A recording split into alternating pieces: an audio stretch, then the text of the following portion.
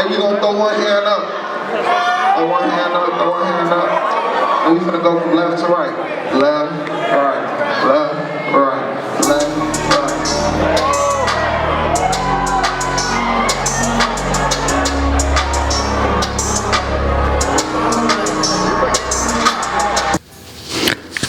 Yo, what's poppin', y'all? It's your boy Icongotyou, aka the voice of the casual, aka Mr. Leather on Butt, also known as the shooter. Y'all know we got a shot. I just decided to take it. So, man, we got mad shit to talk about. First, I want to thank everybody who's been showing me love on these last couple videos that I've been putting out. I've been really trying to be more consistent and everything, but if y'all like, comment, and subscribe, I'll definitely be more consistent, you know what I mean? But also, just so y'all know, in other news, Bound 1700 used my picture on his personal Instagram. I was hyped, not gonna cap. I was hyped. But in other news now, we had to talk about Young Thug, and he tweeted some shit at Gunna. That shit was fake. In my opinion, I think that shit was fake. Because that don't make no sense. Like, ain't no way you just got out of jail and you already playing around. Nah, I just think that shit, I don't believe that shit. Now, moving on into next news. We need to talk about DJ Akademiks. And the reason we need to talk about DJ Akademiks is because DJ Akademiks was right. And it's so funny to say this. He's right about a lot of things. There's a lot of times where DJ Akademiks is right. But in this particular instance, we really need to talk about the fact that he was ahead of the curve. And I'm going to start it off with a quote. And the quote is, the future doesn't start tomorrow, it starts today. And that was said by the Pope. And the reason why that quote is so beneficial is because I saw, I don't remember which of the Kelsey's brothers it was, but they inked a deal, and I could read it. This is like courtesy of CNN and everything. It was the NFL's brothers, Travis and Jason Kelsey's $100 million deal this week with Amazon podcasting studios. Wondery marked the latest high-priced deal in 2024. Now, the reason why this is so, you're probably wondering, what the fuck does that got to do with anything? They got a deal, so what? Akademiks talked about this shit 3 years ago, bro, and I'll never forget it. I remember it was him and Adam 22 on the No Jumper podcast episode. You was talking shit about them, going at them, doing that, and they think, and think because they left, they got getting views and doing their thing, and now they getting like deals. You think they trying to shit on you? Listen, I'm glad you said that. Yo, we just did a podcast. It's coming out tomorrow, Off the Record podcast on Spotify exclusive. Yo, check this out. And I did it with my man Van Lathan. Shout out, Van. I'm a student of the game. Yeah. The times I've went at Adam, there was some personal stuff, but when I comment on anybody, I hope Adam thinks that. Even when I comment on that Mount Rushmore shit, bro, there's nothing that I need to comment on. It's obvious, right? But I still entertain it because it's a passion in me. I wake up so happy to do what I do. We just had a conversation that's out on the podcast we did, where it was just I really I can't wait to see how it's gonna manifest with me 25 years in the space that I'm in. And I really love it. And maybe if I had other passions, it wouldn't be that. But when you say and I'm gonna ask Adam because I did the same thing to Van today. I'm only trying to the next person. The reason why there's nobody like me, ain't nobody gonna give it up. And you admitted that too. Y'all gotta give it up the true way. So I'm gonna ask Adam to see if he's gonna give it up. So you think them two stooges could do in business, anywhere, could shit on anything I got going on if you legitimately look at it on a fair, even-keeled level. I mean, I have no idea how much money they're making, but I will say that Axe been grinding for a long-ass time. What they have accomplished on their own, independent of Joe, in the last 6 months is pretty fucking unreal. Adam, Are they on your level? No, I would say no. Adam, I got an exclusive deal with Spotify. By the way, there's only one company. There's one company that's paying more money currently. Amazon could be in the mix. We haven't seen them pull it. I'm telling you the things that niggas ain't gonna tell you. They're gonna tell you the lies. From when I was talking about all this stuff with you and I said you were just acting naive, I come with the truth. Because, not to quote Whack 100, but shit, to me the truth can't be no, I can't take offense to it. So like what I'm saying, I'm just saying whether you judge me positively or negative for it, I'm giving you the facts. But do you think that they got $10 million? If they got 10 million, I got 30. So let me tell you how the game is played.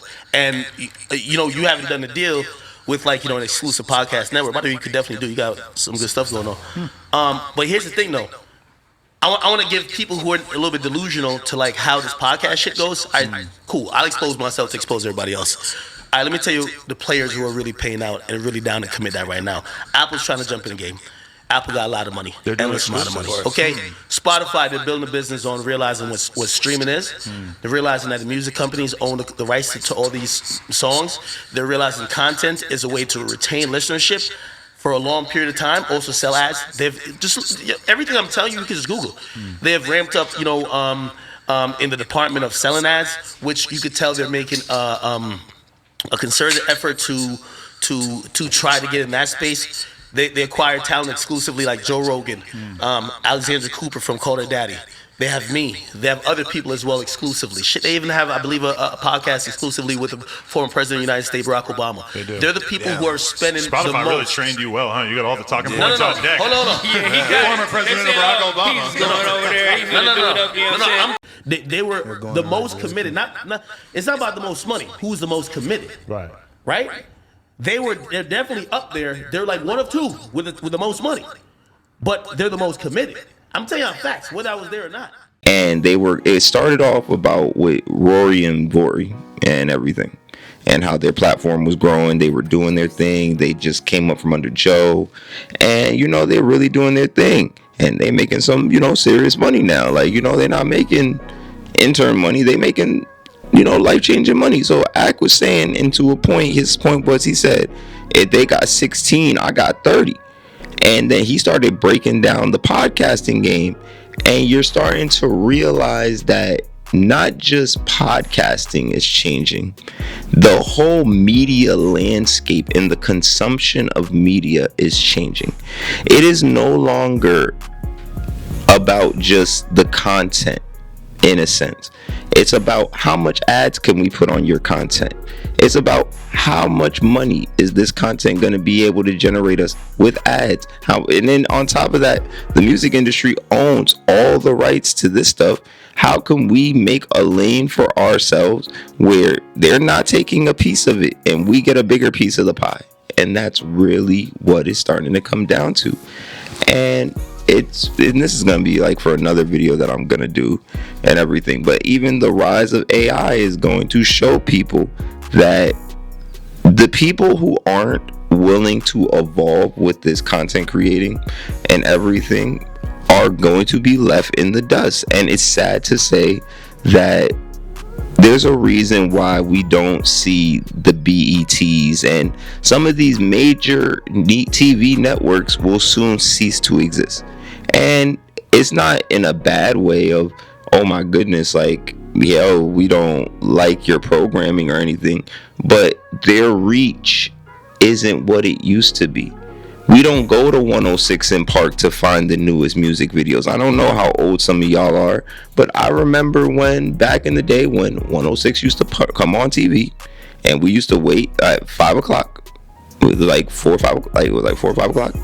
And 106 comes on and we're looking. I remember if you were lucky enough, you could go down to Manhattan and you could be on the show. Like you could get in there, be on the show, everything like that. And it was a time to be alive when 106 was going on. But that's not the day and age that we're in anymore. It's literally a day and age when because I think it was 106 in Park, and then. And maybe it's because I'm a 90s baby too, so I seen this all happen in real time, where it was once upon a time we had to use cable to get our stuff. And then the internet came, bro. And then I remember when we were using Yahoo Music to watch music videos, whatever music video we wanted, whatever time. And they would drop the new joint on Yahoo. They literally used to drop it on Yahoo Music. Then the MySpace days came. Then from MySpace, now the LimeWire. Then all these different avenues and transitions in how media has been processed and consumed. So now, where does that lead me to next? Pete. What you start to realize is there is a major shift now happening in the audio landscape as top streaming platforms distance themselves from exclusive broadcast deals in favor of distribution and advertising rights. So why this is more like, and this goes back into the first point of what I was saying before, and it more highlights how, remember when I was saying that they're figuring out different ways to make money and figuring out different ways to monetize now? It's starting to show you that they, oh God, I'm blurry as hell. Start to realize is why this is all important is because companies are starting to realize that they're not making money hand over fist, because the labels already got the music rights and all the rights of the music. They already own that, so they're eating. That's why they're able to get into it with TikTok and all these different platforms and basically say like, hey, fuck y'all, pay us. And they're like, well, we need a bigger piece of this because we got the platform that's distributing the distros. And basically, like I keep saying, the consumption of media is not the same. Like even Kai Cenat, I think, highlighted it the best, where when he was describing streaming and he was showing how streaming is no longer just, yeah, let a motherfucker get on the game, let me go sit here, go bust some niggas ass on 2K, you know what I mean, talk a little shit in game chat, maybe I might get on a little COD, you know what I mean, maybe I might just shoot up the lobby, maybe say a little bit of racist quotes in the chat, you know what I mean, y'all know how it goes, man. I'm just saying, maybe you never know what I might do, man. I might go on Roblox and rage, acting like I'm in some GTA, you know what I mean, like I'm just saying, but okay, let me stop. But overall, I said that point to say is just that streaming is now high pack. They're doing live rap, they're doing live giveaways, they're doing so much. It is corporate. Streaming has actually now become a corporate chain, and it is lost really the authenticness of it. It was just, let me sit down, get on here and bullshit. For real, and just be entertaining. You got to do so much more now. And I don't think a lot of people are ready for that. I don't think a lot of people are ready for the way that the game is changing. I don't think a lot of people want to evolve.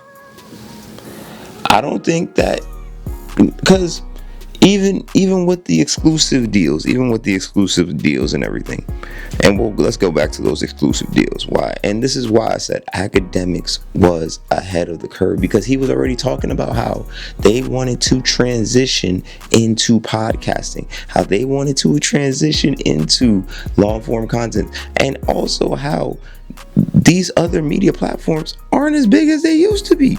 Do you really, when you're looking for hip hop news, think about it. Who's the first person you go to? When I'm just saying, it's not. Is it Hip Hop DX for real? Is that really the first person you go to, or do you go to your favorite streamer? Do you go like, I remember there was once upon a time, if you didn't see it on WorldStar, or if you let me not say that if you didn't see it on WorldStar. I remember once upon a time, this is during the mixtape era. I don't know if anybody remembers when the mixtape game was going strong. I remember there was once upon a time, if you didn't see it on thatpiff.com, you didn't even fuck with it. You was just like, man, where's the mixtapes at? You was looking at it for that on thatpiff.com. It's like that was just the stamp. So it's more now, most of the time, the way that people get their media, we don't use it. It's not traditional. It's not as traditional form as we used to do it. So now, hopefully, people will evolve, people will adjust, and people will honestly figure out how to get to this bag. Because, listen, if you don't learn history, it will just continue to repeat itself. Also, you got to be prepared for the future, because today is already happening. The future is already right now.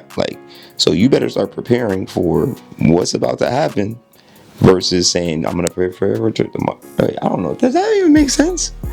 Nigga, I don't even think that makes sense. The fuck are you talking about? Bro, yeah.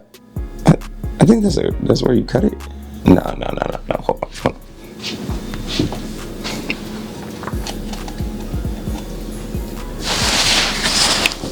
So the reason why I was saying why this is actually